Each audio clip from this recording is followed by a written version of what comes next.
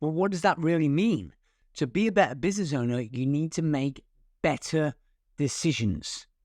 And this guy was about to make a really stupid decision that was about to cost him a lot of money.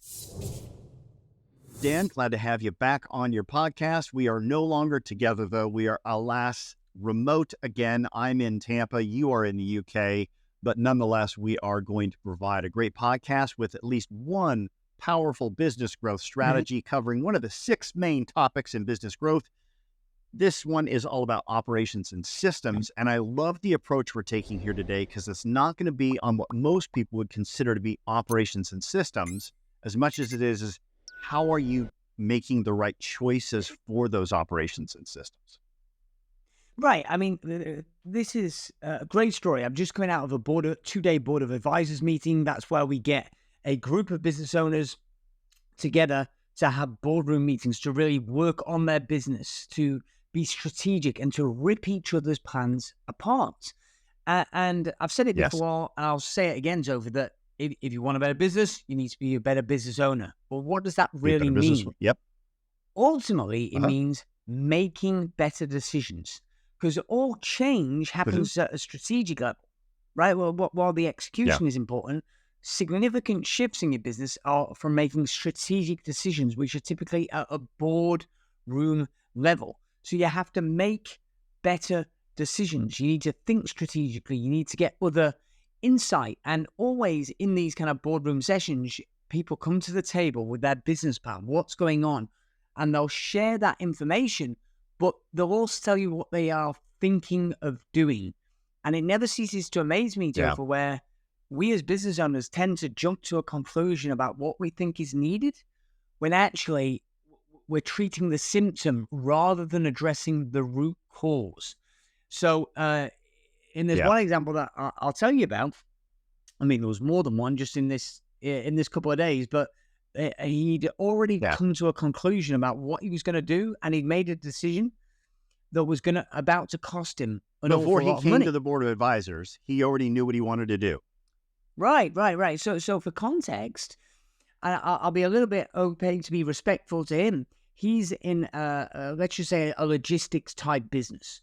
So he's got a high 7-figure revenue company, profitable, great, but he is in logistics. So there's a lot of moving parts. In a sense, his product is the logistical service, right? So his operations and his systems is the business. That's where money's made. Some people, their advice is the product. Some people, the physical product is the product, or the service, or the experience.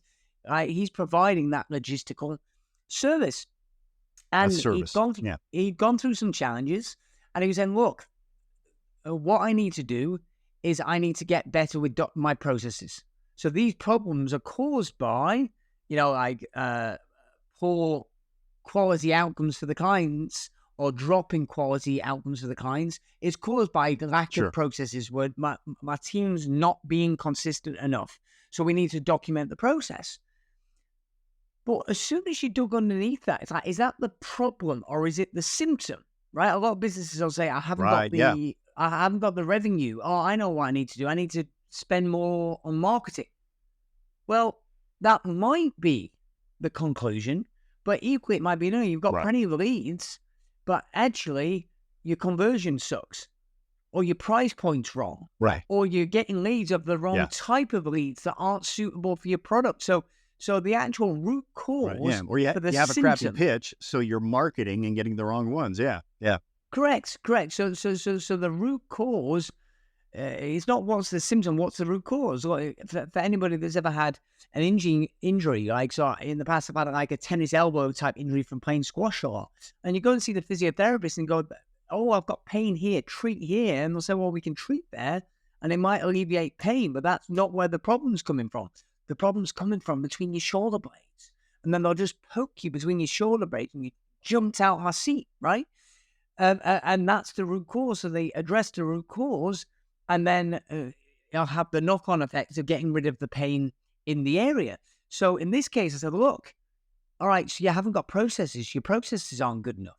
But actually, the people that are running that part of your business, if the people who are running, leading, the managers, the senior management team in that part of the business aren't appropriately skilled and inclined, if you need a systematic thinker in your operations manager role, your ops director, in that type of business needs to be crazy systematic. How would you rank him on a scale of 1 to 10?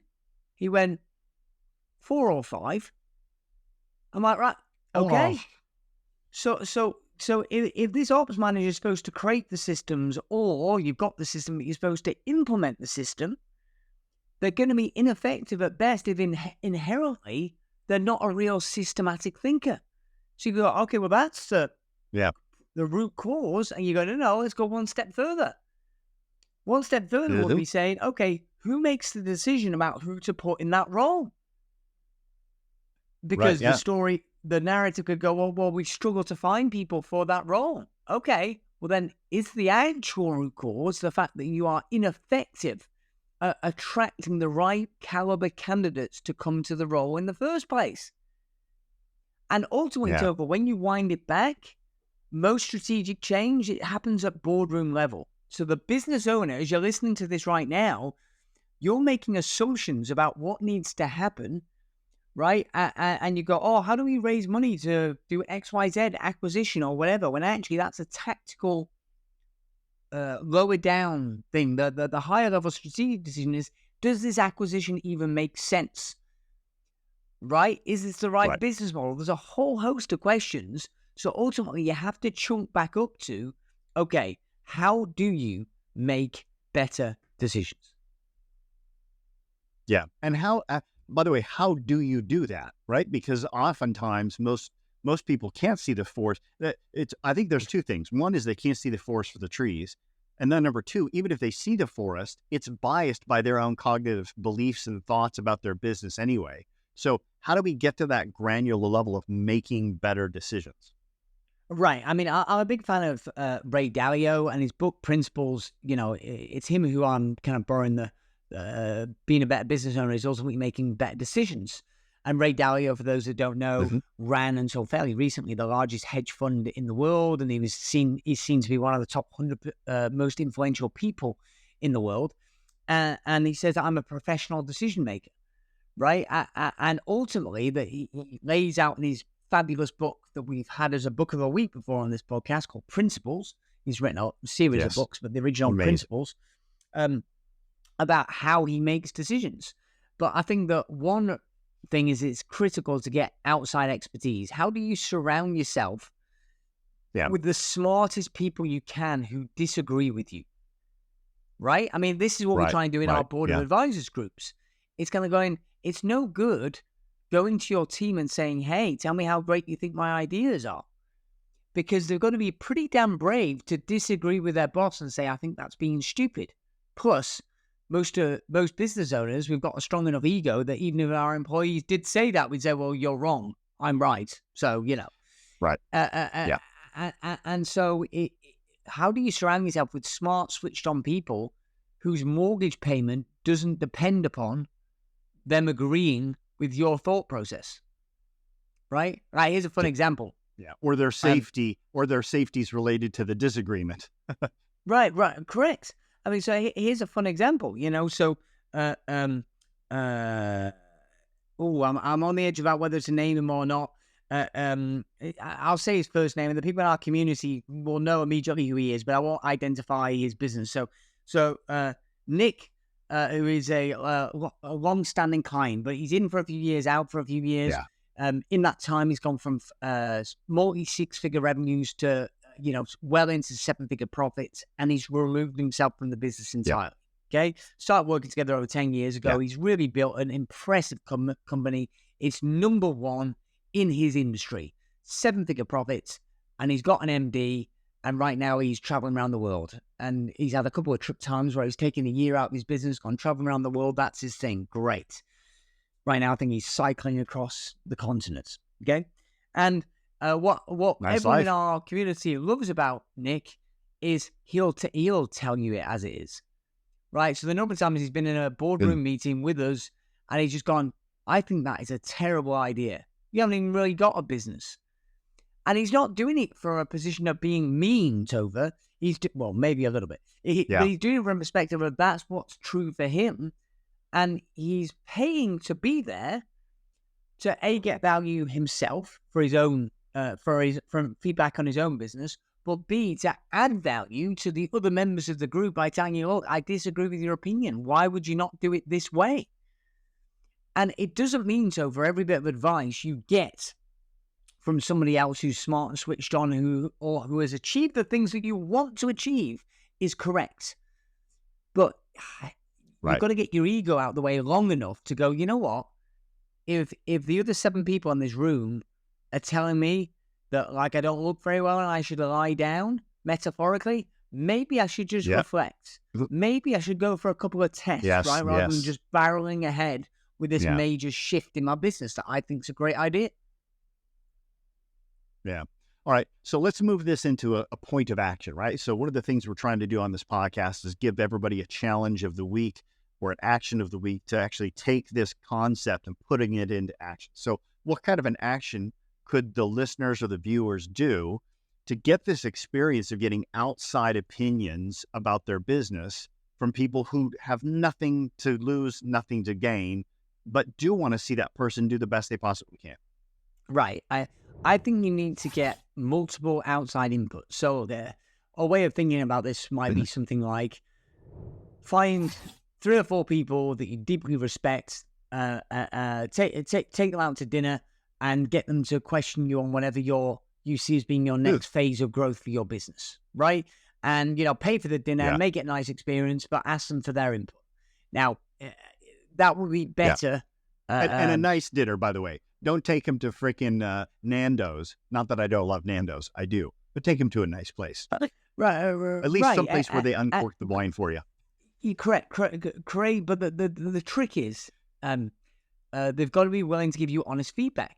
So the 2 things, and this is why the concept is easy, but in practice, you're going to go, you need people who are credible, right? So to quote Ray Dalio from Principles again, believability, weighted decision-making, i.e. take advice from people that are credible. Yeah. Right? It doesn't mean that somebody that's not credible might not have a good idea, but I'll place significantly less weight on that than somebody that's walked the talk. So if I was trying to sell my business, I want to take advice from other people that saw the business, which, by the way, I often advise people on selling their companies or growing through acquisition. And it doesn't mean I won't get legal advice. You absolutely need a lawyer. However, sometimes lawyers give terrible advice, or they're good to advise on the law, not whether strategically or commercially it's good for your business. And that's why on a deal team, I need a decent accountant with M&A experience. I need a decent lawyer with M&A experience. But I also want an experienced advisor who's bought and sold multiple companies.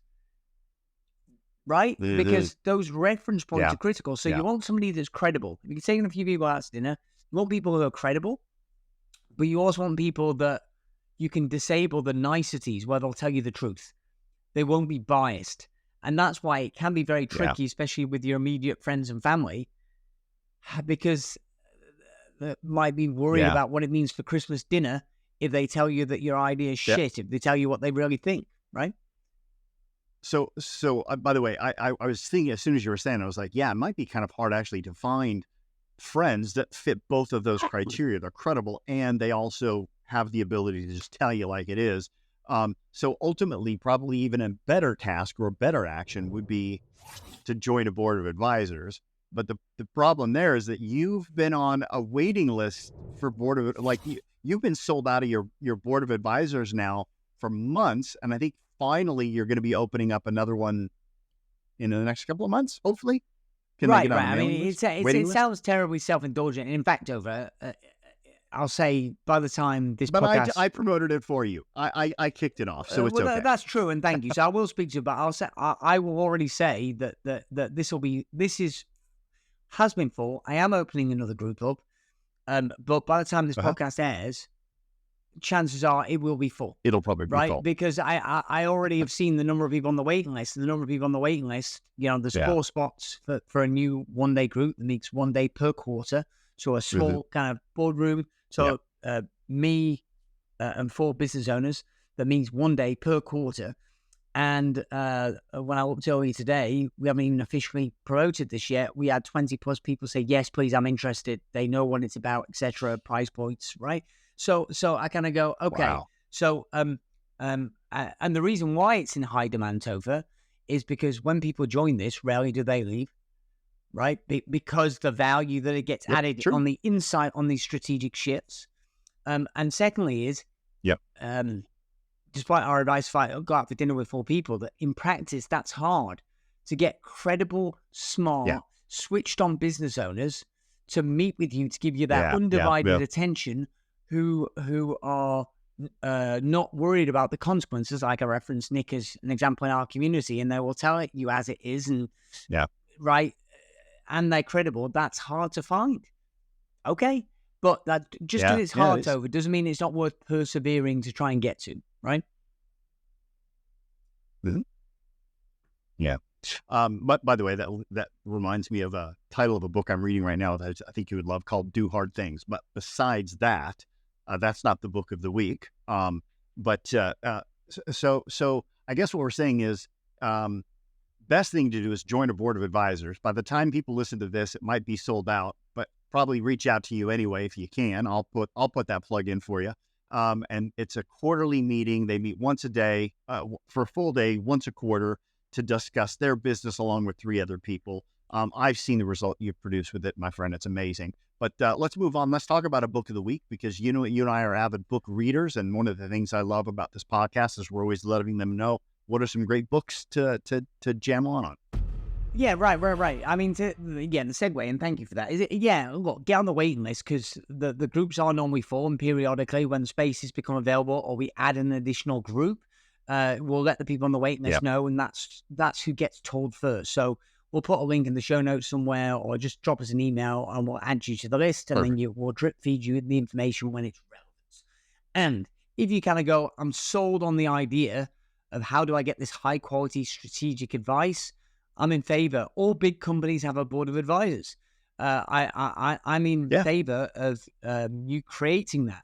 If you want reference points, the book of the week, great book on this topic, is Boards That Lead.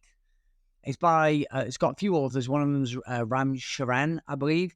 But Boards That Lead talks about big companies that you know of, companies like Apple, and the boardroom conversations that facilitated major strategic shifts. So I think the example in the book about Apple was, how did they decide to bring Steve Jobs back?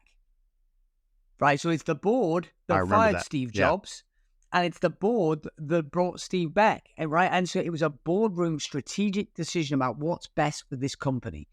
And it's a great book, and it gives loads of big company examples where it's like, a strategic shift, one person or a couple of people on the board, how did they weigh up the pros and cons of various decisions that altered the course of history for some of these massive companies? And I think a lot of the analogies carry over quite nicely to small business, big or small. It's about how do you weigh up and make good decisions. So Boards That Lead by Ram Charan and others is well worth picking up.